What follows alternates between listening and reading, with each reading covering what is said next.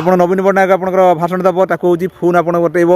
ସିଏ ହେଉଛି ଆପଣଙ୍କର ରିପୋର୍ଟର, ସେ ହେଉଛି କ୍ୟାମେରାମ୍ୟାନ୍। ଜୟ ଜଗନ୍ନାଥ, ଜୟ ଶ୍ରୀରାମ। ତ ଫ୍ରେଣ୍ଡସ୍, ଆଜିକାର ବିଷୟବସ୍ତୁଟି ହେଉଛି ପାଣ୍ଡୁ ପଞ୍ଜୁରୀରେ ନବୀନ। ବର୍ତ୍ତମାନ ଆପଣଙ୍କର ନବୀନ ପଟ୍ଟନାୟକ ଗୋଟେ ପଞ୍ଜୁରୀ ଭିତରେ ଯେରକମ ରୁହେ, ଗୋଟେ ପକ୍ଷୀ ଯେରକମ ପଞ୍ଜୁରୀ ଭିତରେ ରୁହେ, ତ ସେଇ ରକମ ପାଣ୍ଡୁ ନବୀନ ପଟ୍ଟନାୟକକୁ ଆପଣଙ୍କର ବନ୍ଦୀ କରି ରଖିଛି। ଏଟାକି ଓଡ଼ିଶାର ମୁଖ୍ୟମନ୍ତ୍ରୀକୁ ପାଣ୍ଡୁ ଟୋଟାଲ୍ ଘୋରବନ୍ଦୀ କରି ରଖିଛି। ଯେଉଁଠି ଯାଉଛି ତନତନ କରି ସେ ହେଉଛି ନଜର ରଖୁଛି, କେଉଁ ଜାଗାକୁ ଯାଉଛି, କ'ଣ କରୁଛି, ମାନେ ଯେଉଁଟାକି ଏଇଟା ପଛପଟରେ ପୁରା ରହିଲା। ତେଣୁ ବର୍ତ୍ତମାନ ଆପଣ ସେଇ ପରିସ୍ଥିତିରେ ବର୍ତ୍ତମାନ ଅଛି ଯେ ଓଡ଼ିଶାର ଶାସନ ବ୍ୟବସ୍ଥାଟାକୁ ଯେଉଁ ମୁଁ କହୁଥିଲି ଯେ ହାଇଜାକ୍ କରୁଛି ପାଣ୍ଡୁ ହେଉଛି, ବର୍ତ୍ତମାନ ସେଇଟା ହାଇଜାକ୍ ମାନେ କରୁଛି। ଏଇଟା ମୁଁ କହୁନି ଆଜ୍ଞା, ଏଇଟା ହେଉଛି ଆପଣ କିଛି ଗଣମାଧ୍ୟମ ସଂସ୍ଥା କହୁଛନ୍ତି, ଆପଣ ନିଜେ ବି ଆପଣ ଦେଖୁଥିବେ, ଆପଣଙ୍କର ସୋସିଆଲ୍ ମିଡ଼ିଆରେ ପ୍ରକାଶ ପାଉଛି ଯେ ପାଣ୍ଡୁ ପଞ୍ଜୁରୀରେ ନବୀନ ପଟ୍ଟନାୟକ ବର୍ତ୍ତମାନ ବନ୍ଦୀ ହୋଇଅଛି। ମାନେ ଓଡ଼ିଶାଟାକୁ, ଓଡ଼ିଶାର ଶାସନ କଳଟାକୁ ସେ ଟୋଟାଲ୍ ମାନେ ହାଇଜାକ୍ କରିଦେଇଛି। ଯେଉଁଟାକି ନବୀନ ପଟ୍ଟନାୟକ ଚାହିଁଲେ ସେ କୌଣସି ଗୋଟେ ତାର ସ୍ୱାଧୀନତାର ନିଷ୍ପତ୍ତି ନେଇପାରୁନାହିଁ। କାରଣ ସେ ଜାଣିଛି, ନବୀନ ପଟ୍ଟନାୟକ ଜାଣିଛି ଯେ ମୋର ଆଗକୁ ନାହିଁ କି ପଛକୁ ନାହିଁ। ତେଣୁ ଯାହା ହେଉଛି ଗୋଟେ ଆଶାବାଦୀ ରକମ ସେ ଯାହା କହିବ ତା କଥାଟା ମୁଁ ମାନିବି। କାରଣ ଆଗ ଭଳି ତା'ର ଆଉ ଦମ୍ଭ ନାହିଁ, ତା'ର ବି ସ୍ୱାସ୍ଥ୍ୟଗତ ସମସ୍ୟା ମାନେ ସୃଷ୍ଟି ହେଲାଣି। ତେଣୁ ଆପଣ ଦେଖୁଥିବେ, କହୁଛନ୍ତି କହୁଛି ହାତ ତା ଥରୁଛି, ମାନେ ଠିକ୍ସେ କଥା କହିପାରୁନି। ନବୀନ ପଟ୍ଟନାୟକର ଏହି ଅବସ୍ଥା ସୁଯୋଗ ନେଇ ପାଣ୍ଡୁ ମାଡ଼ି ବସିଛି, ନା ତା'ର ଟିକେ ସେବା ଶୁଶ୍ରୂଷା କରିବି, ବାସ୍ ତା'ର ଯାହା ମାନେ ଅଛି ସବୁଟା ମାଡ଼ି ବସିବି। ତେଣୁ ସେଇ ଅନୁସାରେ ସେ ପାଣ୍ଡୁ ଅବସ୍ଥା ହେଉଛି ନବୀନ ପଟ୍ଟନାୟକକୁ ସେ କ୍ୟାପଚର କରିଛି। ତେଣୁ ଏଥିପାଇଁ ଆପଣଙ୍କୁ ଭାବିବା ପାଇଁ ପଡ଼ିବ ଯେ ଆପଣ ଯେଉଁ ବର୍ତ୍ତମାନ ଇଲେକ୍ସନ୍ ଚାଲିଛି, ଯଦି ଆପଣ ଯେଉଁ ଜିଲ୍ଲାରୁ ଆପଣ ଦେଖୁଛନ୍ତି ଭୋଟ୍ ଦେଇ ଯାଇଛନ୍ତି, ଆପଣ ଯଦି ଆପଣ ପରିବର୍ତ୍ତନ ଭୋଟ୍ ଦେଇଥିବେ ବହୁତ ଭଲ। ଆଉ ଯଦି ଆପଣ ପାଣ୍ଡୁକୁ ଯଦି ଆପଣ ଭୋଟ୍ ଆପଣ ଦେଇଥିବେ, କାରଣ ଜାଣିଥିବେ ବିଜେଡ଼ିକି ଭୋଟ୍ ଦେଲେ ଆପଣ ହେଉଛି ସେ ପାଣ୍ଡୁ ପାଇବ, ଏଠି ନବୀନ ପଟ୍ଟନାୟକ ନାମକୁ ମାତ୍ର, କୌଣସି କିଛି ନୁହେଁ। କାରଣ ସେ ହିଁ ଚଲାଉଛି। କିନ୍ତୁ ଆମର କିଛି ବିଜେଡ଼ିର କିଛି ଭାଇ ବନ୍ଧୁମାନେ ଆପଣ କହୁଛନ୍ତି ଯେ ବିକାଶ ହେଇଛି, ବିକାଶ କ'ଣ ହେଇଛି ଆପଣ ଦେଖନ୍ତୁ। 25 ବର୍ଷ କେଉଁଠି ବିକାଶ ହେଇଛି ଆପଣ ଦେଖନ୍ତୁ। ଏଇ ଯେଉଁ 5T ଆପଣଙ୍କର କହୁଛନ୍ତି, 5T ଅଧ୍ୟକ୍ଷ ରଙ୍ଗ ଚୂନ ମାରିକି ଆପଣଙ୍କର 35 ଲକ୍ଷର କାମ, କିନ୍ତୁ କାମ ହେଇଛି 10-15 ଲକ୍ଷ କାମ ହେଇଛି। କେଉଁଠି ତ ବାହାରିଗଲାଣି, କେଉଁଠି ଝଡ଼ିଗଲାଣି ଆପଣ ଦେଖୁଥିବେ। ଏଇଟା ମୋ କହିବା ଠାରୁ ଆପଣ ନିଜେ ଆପଣ ମାନେ ଭିଡ଼ିଓ ଦେଖୁଥିବେ, ଆପଣ ସବୁମାନେ ସେ ଭାଇମାନେ ଯେ ଛାଡ଼ୁଛନ୍ତି।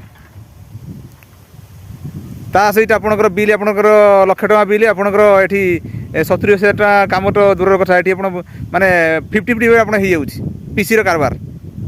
ଆଉ ତା ସହିତ ଆପଣ ପ୍ରଧାନମନ୍ତ୍ରୀ ମୋଦି ଆପଣ କହୁଥିଲେ ବର୍ତ୍ତମାନ ମାଫିଆମାନଙ୍କର ସରକାର ଚାଲିଛି। ଏଠି ଆପଣଙ୍କର ସରକାର ଚାଲିନି, ମାଫିଆ। ତ ନିଜେ ଆପଣ କହିଗଲେ, ଆପଣ ପ୍ରଧାନମନ୍ତ୍ରୀ ଆପଣଙ୍କର କହିଲେ ଯେ ବଡ଼ କଥା ଗୋଟେ କହିଲେ ଯେ ପୁରୀର ବର୍ତ୍ତମାନ ଆମର ଯେଉଁ ରତ୍ନଭଣ୍ଡା ଚାବି ସେ ଆମ ଓଡ଼ିଶାରେ ନାହିଁ, ନା କେଉଁଠି ଅଛି, ନା ବର୍ତ୍ତମାନ ତାମିଲନାଡ଼ୁ ବର୍ତ୍ତମାନ ପଳେଇଛି।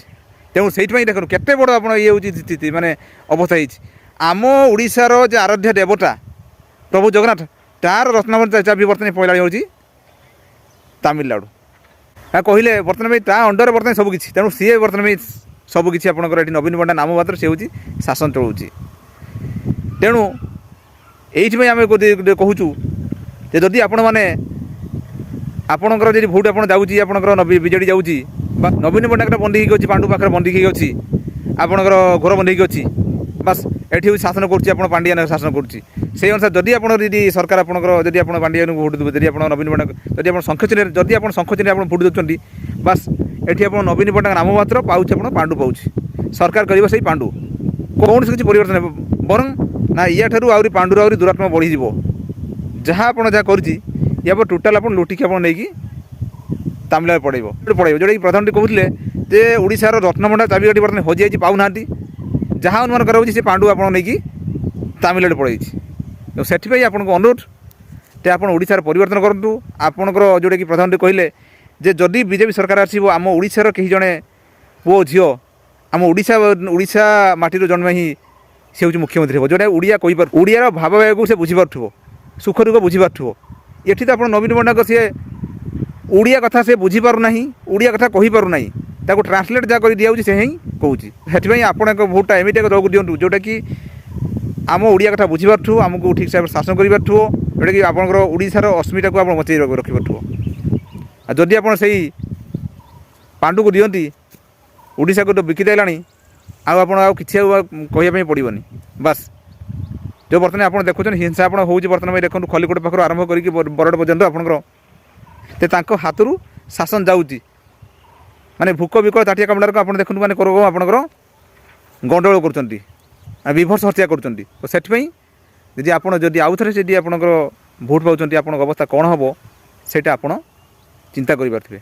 ତ ସେଥିପାଇଁ ଆପଣଙ୍କ ଭୋଟ୍ଟା ଓଡ଼ିଶାର ପରିବର୍ତ୍ତନ ପାଇଁ, ଓଡ଼ିଶାର ଭବିଷ୍ୟତ ପାଇଁ, ଓଡ଼ିଶାର ଡେଭଲପମେଣ୍ଟ ପାଇଁ, ଆଉ ଆମ ଓଡ଼ିଶାର ଆମର ଅସ୍ମିତା ପାଇଁ, ତା ସହିତ ଆମ ଓଡ଼ିଶାର ଜଗନ୍ନାଥଙ୍କର ରତ୍ନଭଣ୍ଡାର ଚାବିକାଠି ଆପଣଙ୍କର ଯେଉଁ ଫେରାଇ ଆଣିବା ପାଇଁ ଆପଣ ବିଜେପିକି ଭୋଟ୍ ଦିଅନ୍ତୁ ଆଉ ଭାରତୀୟ ଜନତା ପାର୍ଟି ଭୋଟ୍ ଦିଅନ୍ତୁ, ଯେଉଁଟାକି ଦେଶର ଉନ୍ନତି ହେବା ସଙ୍ଗେ ସଙ୍ଗେ ଆମ ଓଡ଼ିଶାର ଉନ୍ନତି ପାଇବ।